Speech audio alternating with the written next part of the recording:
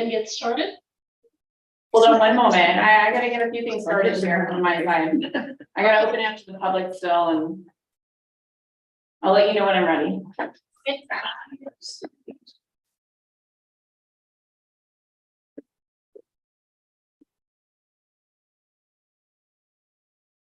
You can go ahead and start, Julie. Okay, great. Well, welcome to the Livermore Amador Valley Transit Authority meeting, June 27th, 2023. We are meeting both in person at the LAVTA building as well as teleconference location. I am at 123 Main Street, Pleasanton, 94566. So I called the meeting to order, and let's stand for the Pledge of Allegiance. And I don't have a flag. I pledge allegiance to the flag of the United States of America and to the republic for which it stands, one nation, under God, indivisible, with liberty and justice for all. Okay. Can I get roll call, please? Yes, so Livermore alternate Branning. Here. Director Hernandez. Present. And Chair Testa. Here. We have a quorum. And meeting open to the public. Members of the audience may address the committee on any matters within the general subject matter of the jurisdiction of LAVTA Board of Directors. Do we have any members of the audience that would like to speak?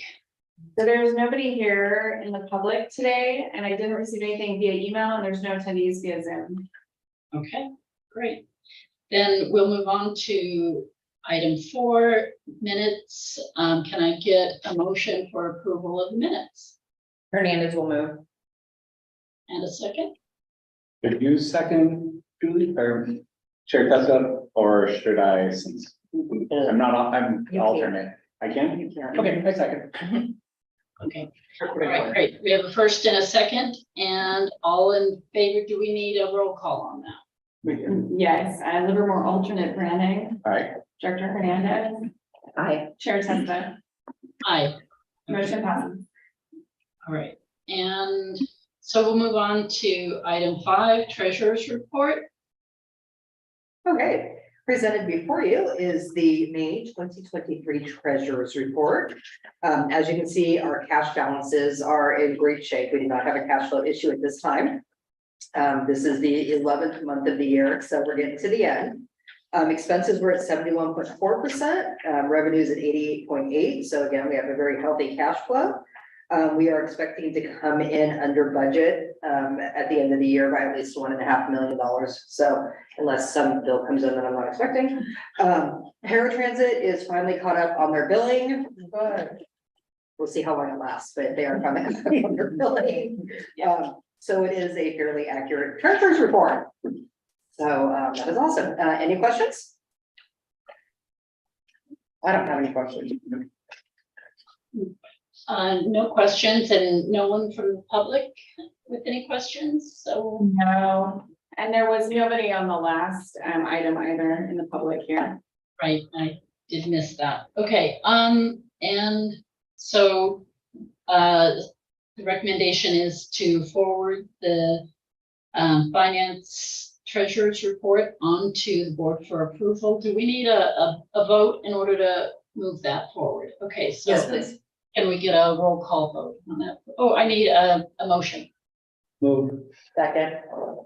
Okay, Livermore alternate Branning. Aye. Director Hernandez. Aye. Chair Testa. Chair Testa. I'm sorry, was that our vote? Was that our roll call? That was roll call, yeah. Okay, I so need you to either say yay or nay. okay. All right, then we move on to item Chair Testa. You need to say aye Yeah. I. to approve the treasure going, the Yeah. report going to the full board. I'm sorry, I'm having a hard time hearing. Oh, Yeah, We need your vote still. We didn't hear your vote, whether you voted yes or no. for roll call. Yes. Okay. I said Thank you. Okay, so, motion passes, and so then we move on to item 6.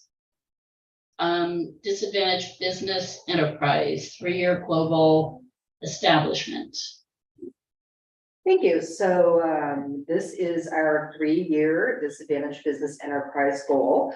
It used to be done on a yearly basis. They changed it to 3 years a while back. So every 3 years, we need to do a look forward at all of our projects that will have federal funding, except for buses. Buses fall under a totally separate rule for some reason. And this may end up being modified later if we get some grants that we don't know about. Our goal is fairly low. It is 1%. The reason it is 1% is when we do the calculations, you look at all the projects, all the costs, and use a weighted average. So within our projects, we also break it down between like project management, concrete work, whatever may be happening. 60% of our federal money is for purchasing a hydrogen fueling station, the dispenser. There are not presently any DBEs who either make that or distribute it.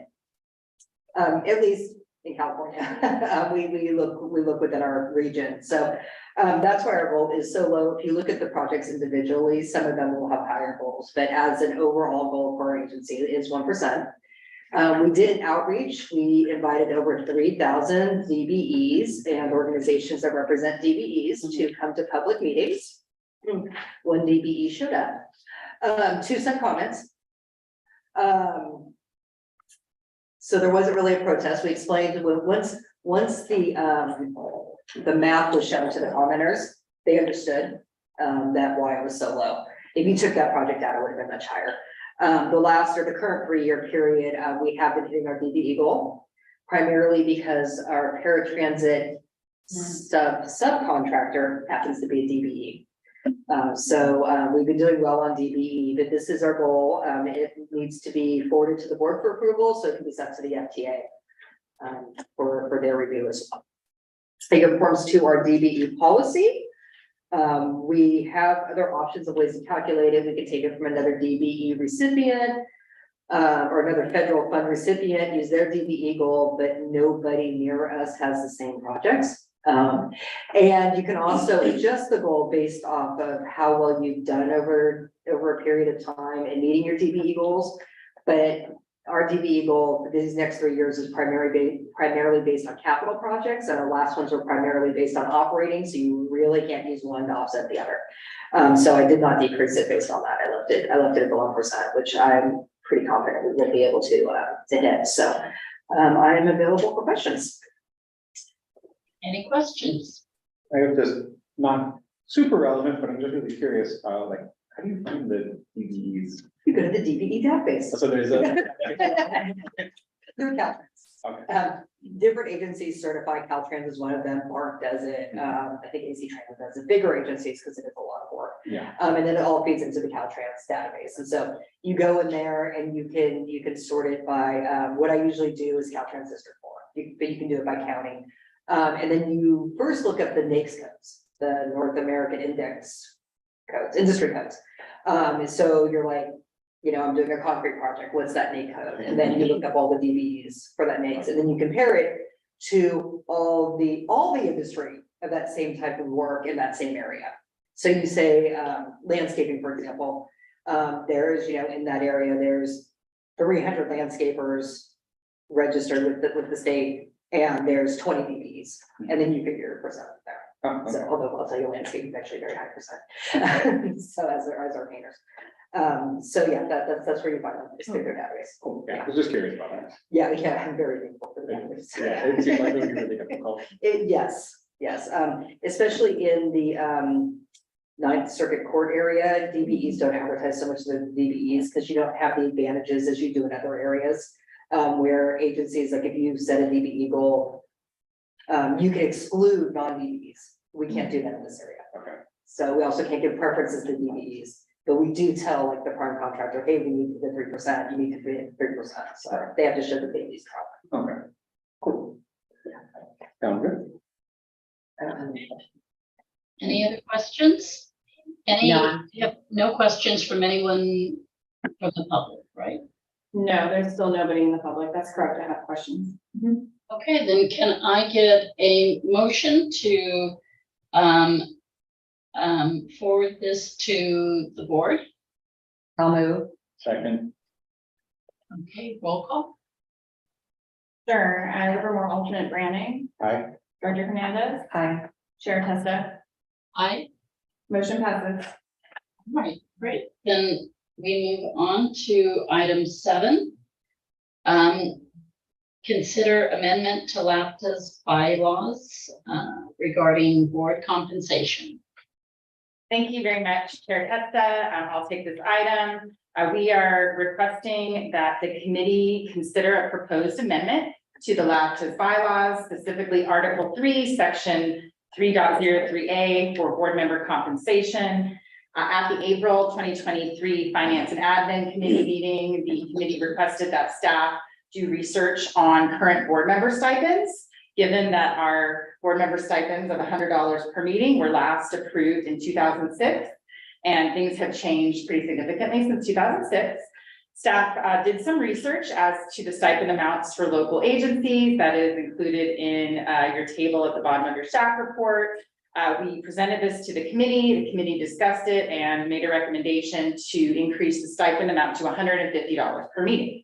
So staff is going to forward that recommendation. In order to change the bylaws, there have to be 2 readings of the bylaws. So this would be your first reading.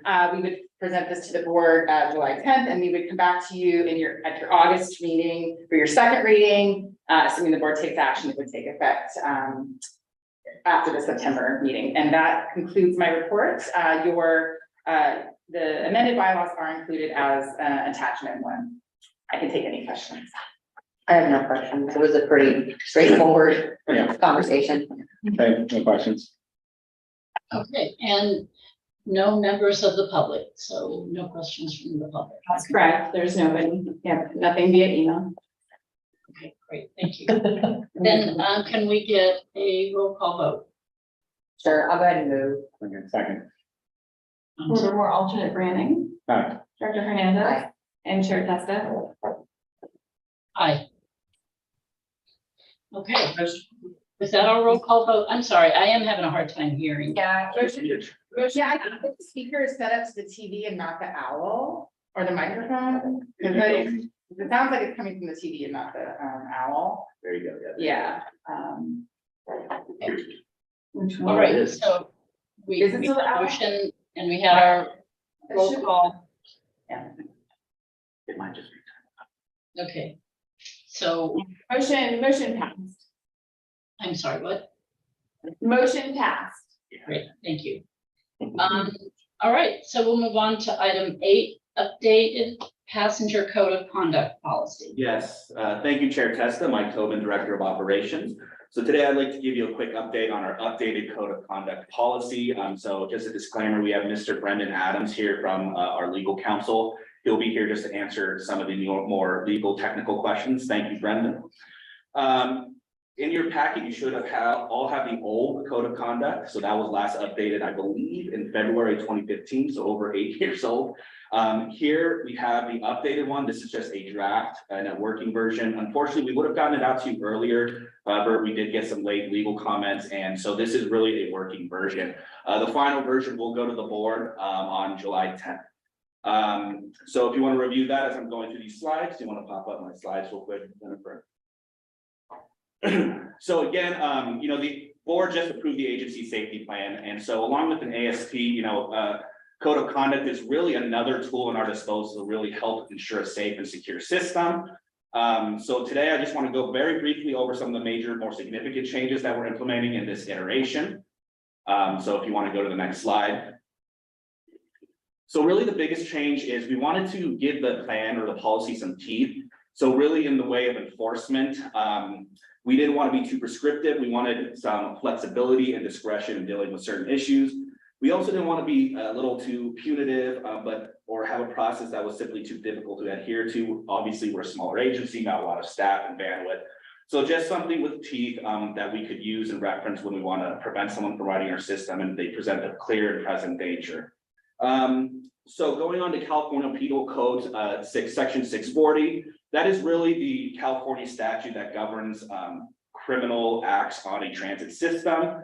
So right now, historically, that's what we referenced in our policy. However, pressing criminal charges, this can be an arduous process, right? You have to press charges, follow up with law enforcement, and then follow through the superior courts. And it's a lot of time, and it doesn't get you those results that you need to get someone off your system right away. So the penal code was actually amended, and language was added to allow transit agencies to establish sort of what I call it a quote unquote transit court, where they can actually issue administrative penalties, citations, civil penalties, if you will. However, again, that requires a lot of staff time, a lot of high level of effort. So subsequently, they actually updated the California Public Utility Code, sections 99580 and 99581. And so this also gives agencies like LAVTA, who don't have a lot of staff, it does still give us a mechanism internally to pursue, issue warnings, violations, go through a disciplinary process, and ultimately suspend someone from riding our service. However, to actually do this, we need our governing board to pass what's called an ordinance, which is essentially a resolution stating that we're going to be adhering to the PUC sections, and this is the process. So we actually added the process in this new code of conduct. It's just taking language directly from the PUC sections. And so it's all in there for your review, and it's still being worked on again. But like I said, this really gives us a mechanism for an administrative process where we can issue warnings, do investigation, issue violations, and then ultimately suspend someone. There's also an appeals process, and they have a right to a hearing under these PUC sections. So that's all again outlined in the new plan. Next slide, please. So really quick, so it's just minimizing is making the process faster versus having to go through all the red tape. Well, we didn't really have a process in place. Yeah. That's the thing, is our plan was, as you read it, it's in your packet. It's just very general and vague. It just says any passenger violating this policy can be removed from our service, and that's pretty much it. But we still have to go through those steps though. Meaning, I mean, I get we're trying to get more detail, but we still have to go through the same steps. Like currently our policy doesn't specify an appeals process. Right. Yes, yeah. And that's And- something we need to include moving forward. Why was it in the place? But that, I don't know. You know what I mean? And Brendan can speak more to it, but I think Because specifically. wouldn't you have, as our law office, wouldn't have you put that in place to begin with? Right. So the previous customer code of conduct, it, as Michael mentioned, basically it just cited state law and said these things are not permitted on the system. And so by invoking state law, it gave LAVTA the right to pursue somebody in court for, say, vandalizing a bus. This administrative procedure is prescribed by the legislature, sets out steps. That appeal process you were just discussing is actually included step by step here. The legislature has basically said, okay, if you'd like a more simplified process to be able to do things a little bit more informally in-house, suspend someone from the system, these appeal process steps we think are appropriate, and you can pass an ordinance and establish this for yourselves. So that's the process that Michael is looking to get started here. Right, and so. I'm just wondering why it's taking so long. I guess that's my big concern. Brandon, do you have any insight as to, and I don't know how long you've been at Hanson Bridget, but do you know why this wasn't, the penal code wasn't referenced, or PUC wasn't referenced in the 2015 code of conduct? Right, it was just passed in 2017. So this is a somewhat recent development in the law. Well, that's the question. That was the answer. Go back to my last slide.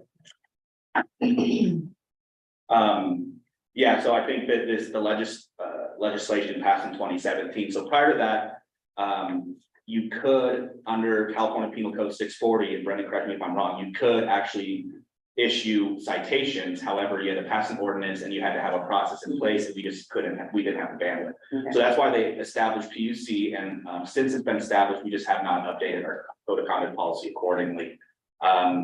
So that, I think that's sort of the context there. Okay, I mean, I just think we're doing this, I mean, I understand that it happened in 2017, but now we're in 2023. Mhm. I would recommend that we come and look at this maybe every 2 years. Yeah.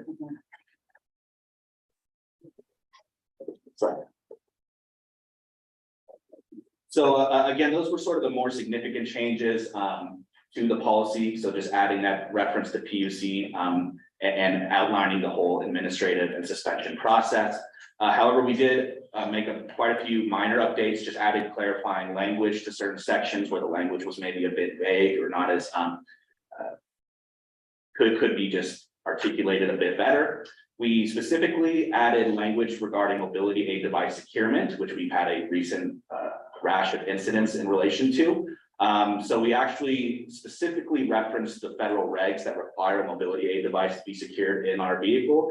We actually outline our current process for securement, and we are explicitly stating in the policy that if you refuse this, and I can just read it, any refusal to allow the securement of a mobility device in a way that is not consistent with the existing securement policy, will be considered a refusal to be secured, and passengers can be asked to board the vehicle. So that was not explicitly stated in the old version of the policy. We also added references to the California Penal Code in reference to operator assault. And so as you can see, they come with some very hefty fines and significant jail time. So we wanted to update that and add that language in there. And then we also added a specific section for our student riders. So this basically says that this entire policy is applicable to our student riders, and it outlines the process by which we will identify the student, send footage to the school, work with staff to identify the person, then Work with the police. right. Yeah.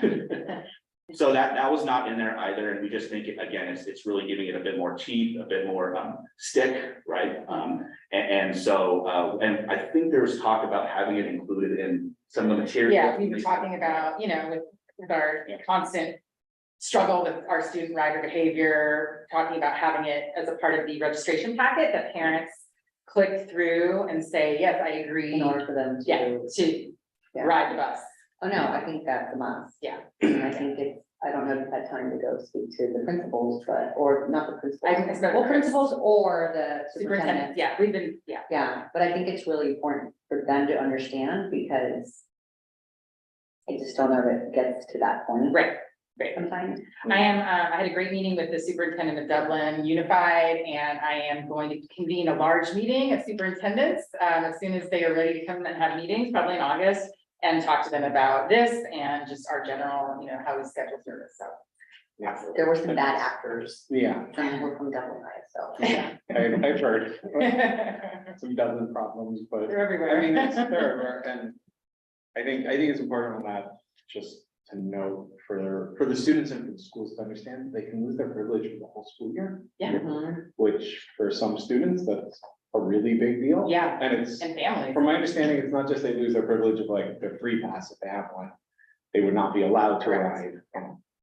So, Yeah, and some schools will actually suspend students. We met with the city of Santa Rosa to talk to them about their code of conduct, and the schools will suspend the students from school and from riding, so.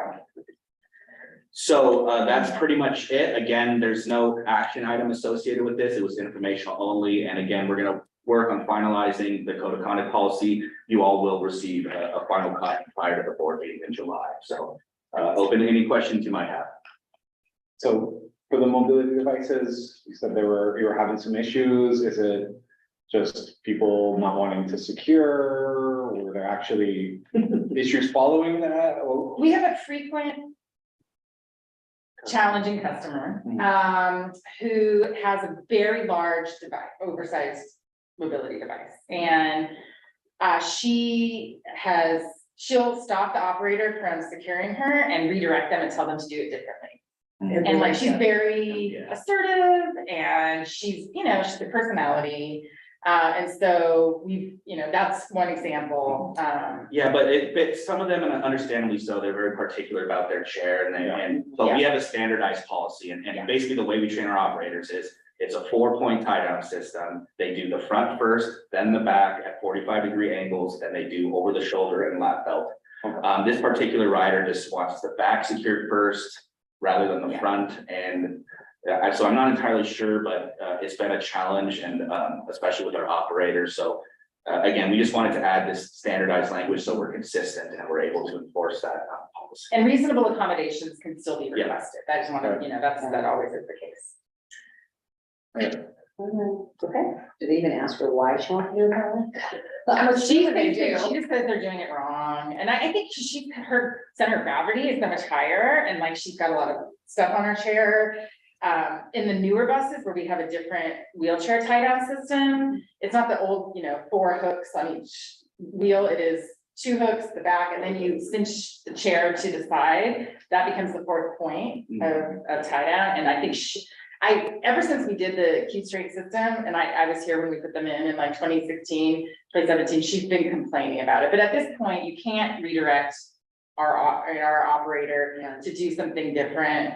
It's just a liability It's issue, totally and then they're trained a very specific way to do it, and Yeah. so. She's actually claimed in the past that we've broken her mobility device on an area that we would not touch and had video showing we did not touch. But she said that the way we tied it down broke the controls. So it's been an ongoing problem, but our policy was not specific enough to really do what we needed to do. Yeah, and then you cite, so the securement, the 49 CFR section 37, et cetera, is that a internal rule or is that That's the code of federal, Code, I think that's the name, yeah, okay, yeah. so then, yeah, so we're complying. Yeah. Any additional questions? I don't know. You want to stop the screen share? So we Yeah, can share. want to do that, yeah. Did you have any questions, Chair Testa? I do not. Do we Okay. have any questions from the public? We do not have any, no. All right, well, thank you for the report. I found it actually quite interesting. There were some things that I wouldn't have expected, like we needed to add an condition for vermin and biohazardous material. I would be Yeah. surprised we would have vermin coming on the. Our drivers deal with some interesting things. Yeah, we had a passenger that had lice visible Oh, very recently, and And the operator her- would have to strap them down. She was in a secure chair. them, So they would, and they saw the lights. Yes. And so it's a health issue, and again, yeah, the policy doesn't have anything in there about vermin, so we had to. so oftentimes these get updated because you're seeing trends, Yeah, right? exactly. And so that's like, for sure. like, oh, well, but I think your point about I think. looking at this regularly, yeah, because so much has changed. I mean, I remember when segways, we had to, that's Oh, something yes. for segways, to allow segways on buses or prohibit them, and vaping now, it's, the language is in our, so I think every 2 years or so. every 2 years sounds good. Much better. Yeah. Hopefully very minor changes every 2 years. but, Yeah. Well, that's an interesting clarification, because I was certainly thinking someone had a Harry Potter type support animal, but I It's basically understand. what is included in the word vermin. Yeah. Google Right. vermin, it's very interesting. Deer, for example. Mountain lions, yes. Okay, great. Well, thank you for that report then. All right, then we will, since that was informational, we'll move on to item 9. Preview upcoming committee agenda items. Okay, well, the July committee meeting is canceled. So please enjoy your time off. Yes, take that off your calendar, please enjoy it. August will be minutes and treasurer's report, and our auditors will be here. They will just be here to speak with you about the fact that we're having an audit, and give you an overview of how that process works and ask if you have any questions or concerns. September will be our minutes and treasurer's report. October will be, again, minutes and treasurer's report. And our annual comprehensive financial report should be ready by then. Our auditors should be done with their work and we should be good to go. It has been delayed in the past, but it's been a little while. And then November should just be the minutes and treasurer's report. I'm happy to say that Jennifer Yeamans may be back part-time soon. So this may get completely updated with all kinds of new stuff that she needs to look into that I don't know about. So we shall see. Okay, great.